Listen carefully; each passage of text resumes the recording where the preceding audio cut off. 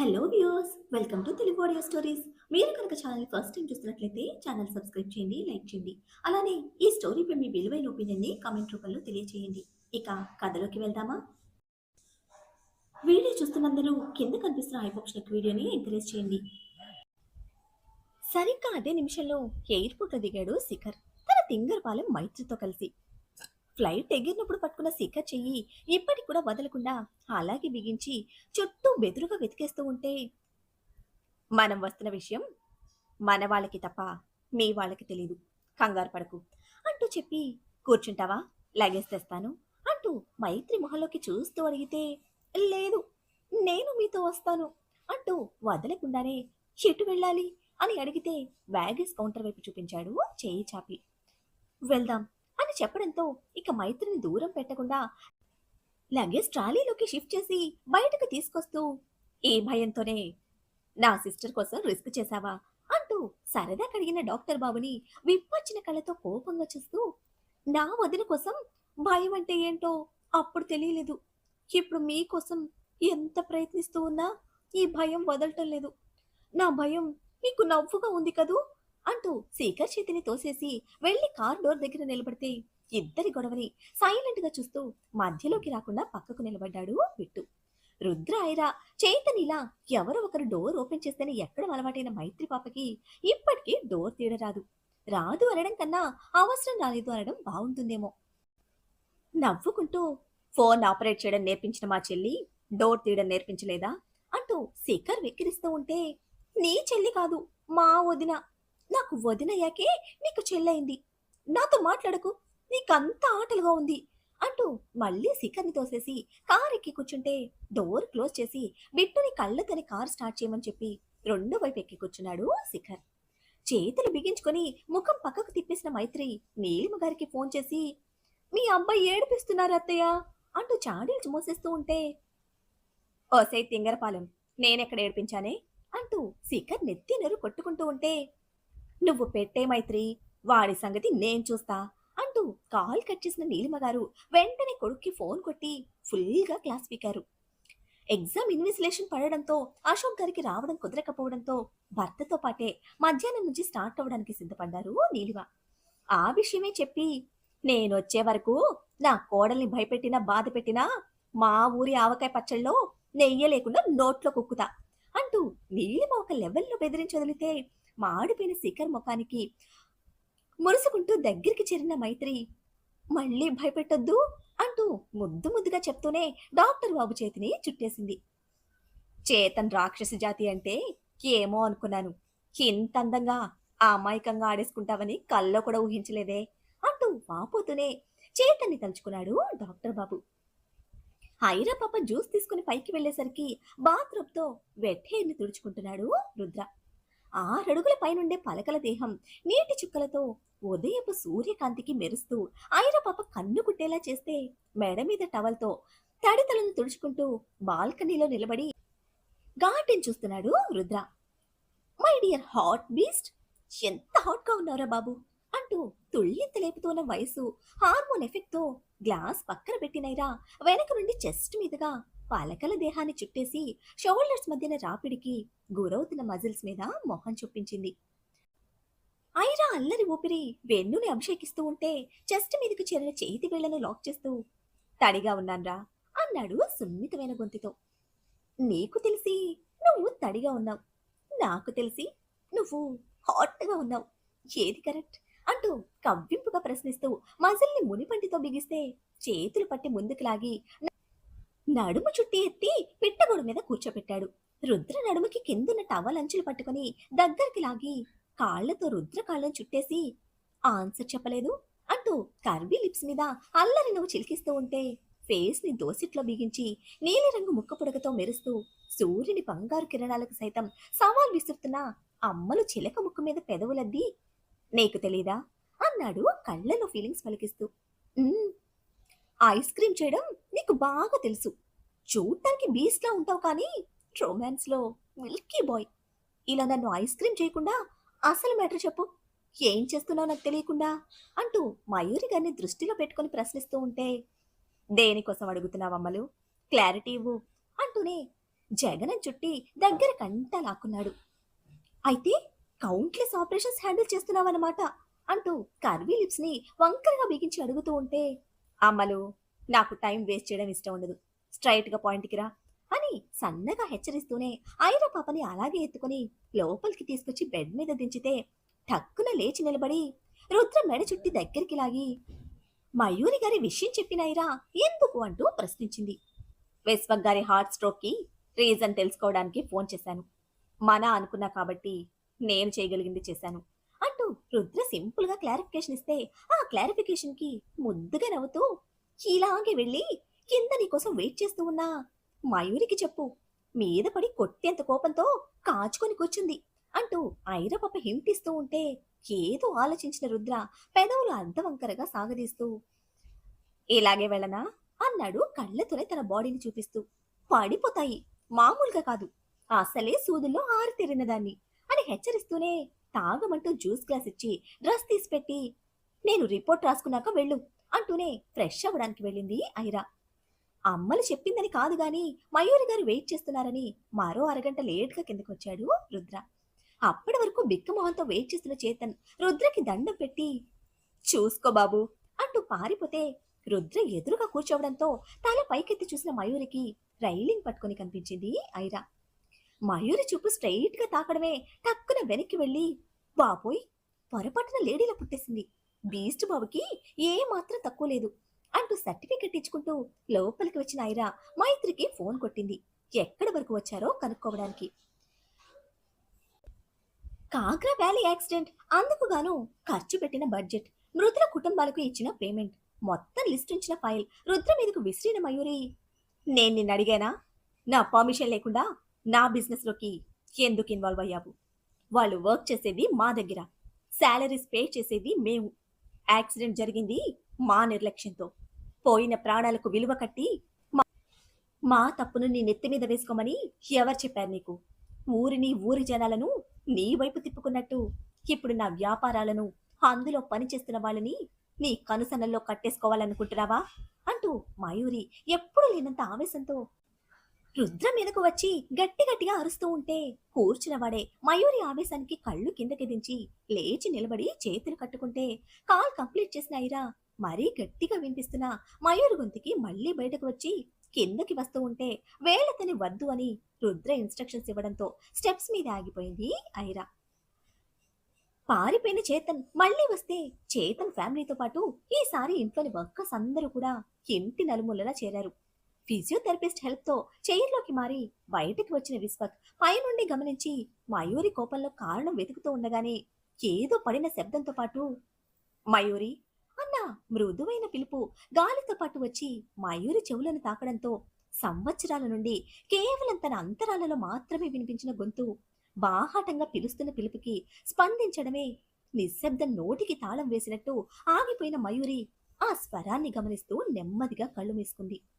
ఆ పిలుపుకి తిరిగి చూసిన అందరి కళ్ళు ఫ్రీజ్ అయిపోతే ఐరా పాప కాళ్లలో మాత్రం సన్నగా వణుకు మొదలైంది. శబ్దానికి కారణమైన ఆ సూట్ కేస్ పక్కకు పడిపోయి ఉంటే దాని పక్కనే 6 అడుగుల బలమైన ఆహార్యంతో సిద్ధార్థ్ ఇంగ్లాండ్ ధరలా మెరిసిపోతూ ఉంటే ఆయన భుజాలకి ఒక పక్క ప్రమోద్ వసుధ గారు, రెండో పక్క శిఖర్ మైత్రి. నిలువెత్తు కొడుకు రూపాన్ని చూస్తున్న సిద్ధార్థ్ కళ్ళు క్షణంలోనే ఆప్యాయతతో కన్నీళ్లు నింపుకుంటే అందుకు ఏ మాత్రం తక్కువ కాదు అన్నట్టు ప్రమోద్ వసుధ కూతురు రూపాన్ని కళ్ళ నిండా చూసుకుంటూ కన్నీళ్లు విడుస్తున్నారు. జడివాన వచ్చిపోయినట్టున్న వాతావరణానికి మైత్రి పూర్తిగా డాక్టర్ బాబు చేతికి ముఖాన్ని నొక్కేసుకుంటూ, ఏం జరుగుతుందబ్బాయ్ అంటూ బెదురు బెదురుగా అడుగుతూ ఉంటే, మనం చూస్తున్నదే జరుగుతుంది, వాళ్ళని ఎక్స్పెక్ట్ చేయలేదు కదా, షాక్ అయ్యారు అని సింపుల్ గా చెప్పాడు స్టిక్కర్. ప్రొఫెసర్, మీరు మీరు వస్తున్న విషయం చెప్పలేదు అంటూ ఆశ్చర్యం మిక్స్ చేసిన షాక్ తో అడుగుతూనే చేతన్ ఉత్సాహంగా దగ్గరికి వస్తే ఐరా పాప స్టాట్యూలా ఇంకా షాక్ లోనే ఉండిపోయింది. సర్ప్రైజ్ ఇద్దామని అంటూ అతి సున్నితంగా వచ్చిన సిద్ధార్థ్ ఆన్సర్ కి మయూరు వెన్ను చరిచినట్టే ఉలిక్కిపడి వెనక్కి తిరిగి చూడకుండా వడివడిగా పైకి వెళ్ళిపోతే పైకి వెళ్లే వరకు మయూరి మీదనే నిలిచిన సిద్ధార్థ్ కళ్ళు నెమ్మదిగా విశ్వక్ మీదకి తిరిగేసరికి చిన్నవయ్యాయి. కావ్యని చూసి ఇన్స్పైర్ అయ్యి ఐరా బీస్ట్ బాబు స్టార్టింగ్ లో తన కోసం కొన్న లైట్ లెవెండర్ హాఫ్ సారీ వేసుకుంటే ట్రెడిషనల్ వేర్లో ఉన్న కూతుర్ని నమ్మలేని ఆశ్చర్యంతో కళ్ళ నిండుగా చూస్తున్నారు వసుధ. సిద్ధార్థ్ కళ్ళు తన మీద నిలవడంతో వెళ్దాం అంటూ ఫిజియోథెరపిస్ట్ కి చెప్పిన విశ్వక్ వీల్ చైర్ వెనక్కి తిప్పితే మయూరి కనుమరుగవగానే ముందుకు వచ్చిన సిద్ధార్థ్ రూపాన్ని పోల్చుకుంటూ నెమ్మదిగా చేతులు పట్టుకుని చాలా మారిపోయావు, ఎలా ఉన్నావు సిద్ధు బాబు అంటూ కళ్ళ నిండా నీళ్లతో పలకరించింది దుర్గి. రూపం మారినా మీ అందరితో కలిసి పెరిగిన సిద్ధులానే ఉన్నాను అంటూ సిద్ధార్థ అంత ఆప్యాయతగా పలకరిస్తూ ఉంటే అందరి ఎమోషన్స్ ఐ కార్నర్ గా అబ్జర్వ్ చేసిన రుద్ర ఫేస్ లో ఎటువంటి చేంజ్ లేదు. మయూరి తిట్టినప్పుడు ఎలా అయితే ప్రశాంతంగా ఉన్నాడో ఇప్పుడు కూడా అంతటి ప్రశాంతత రుద్రకి మాత్రమే సొంతమైంది. ఐరా, ఇది నువ్వేనా? నువ్వు హాఫ్ శారీలో, అది ఇంత చక్కగా అంటూ ఇంకా ఆశ్చర్యంగానే అడుగుతూ వసంత గారు ముందుకి స్టెప్ తీసుకుంటే ఫస్ట్ తొట్టిపాటితో వెనక్కి స్టెప్ తీసుకున్న ఐరా బీస్ట్ బాబు చూపులకి తల అడ్డంగా తిప్పేస్తూ నిలబడి ఒక స్టెప్ ముందుకు వేసి కళ్ళు బిగించిన ఫ్రస్ట్రేషన్తో కాళ్ళు నేలకు కొట్టి గుండ్రంగా తల తిప్పేస్తూ మళ్ళీ పైకి వెళ్ళటానికి కదిలితే హైరా, ఏమైంది నీకు అంటూ కంగారు కన్ఫ్యూజన్తో వచ్చిన వసుధ గారు చేతిని ముందుకు చాపితే 2 స్టెప్స్ పైనే ఉన్నాయిరా మూతి బిగించి తండ్రిని చూసింది. ఎక్స్పెక్ట్ చేయలేదు కదా, షాక్ అయింది అంటూ తెచ్చి పెట్టుకున్న నవ్వుతో కూతుర్ని ఒక పక్క సమర్థిస్తూనే మరో పక్క ప్రమోద్ గారు హింటిస్తూ ఉంటే అది షాక్ అయినట్లేదు, అవాయిడ్ చేస్తున్నట్టుంది. ఇటు నేను పిలుస్తూ ఉంటే అది అలా పైకి పోతుంది అంటూ విస్మయంతో కార్నర్ చేస్తున్న తల్లి ఎమోషన్ కి రుద్ర మీద కళ్ళు నిలిపింది ఐరా. ఇంతటి గందరగోళంలో అప్పటి వరకు హుందాగా నిలబడ్డ రుద్ర తన థింగ్స్ తీసుకుని కళ్ళతోనే ఐరాకి వెళ్ళమని చెప్పి ముందుకు వెళుతూ nice to meet you mister Siddharth అంటూ హ్యాండ్ ముందుకు పెడితే తనకన్నా ఎత్తున కొడుకుని తలెత్తి ఉప్పొంగుతున్న హృదయంతో చూస్తున్న సిద్ధార్థ్ రుద్ర హ్యాండ్ పట్టుకుని దగ్గరికి హత్తుకున్నారు. సిద్ధార్థ్ అప్రోచ్ కి ఐరా పాప కళ్ళు పొడిచి చూస్తూ ఉంటే చేతన్ కళ్ళు పెద్దవి చేశాడు. హైరా, అమ్మని పూర్తిగా మర్చిపోయావా అని నొచ్చుకుంటూ వసుధ ఎత్తి పొడుస్తూ ఉంటే అమ్మా, సిచ్యువేషన్ తో సింక్ అవ్వకుండా సెంటర్లో నిలబెట్టి నన్ను చెడుగుడు ఆడకు, you are my favourite and my lovely mother అంటూ నొక్కి పట్టిన పళ్లతో గట్టిగా చెప్పి తల్లిని హత్తుకున్న ఐరా పాప తండ్రిని కోపంగా చూస్తూ ఉంటే నా బేబీని చూడాలనిపించిందిరా అన్నారు దిగులు నిండిన మొహంతో.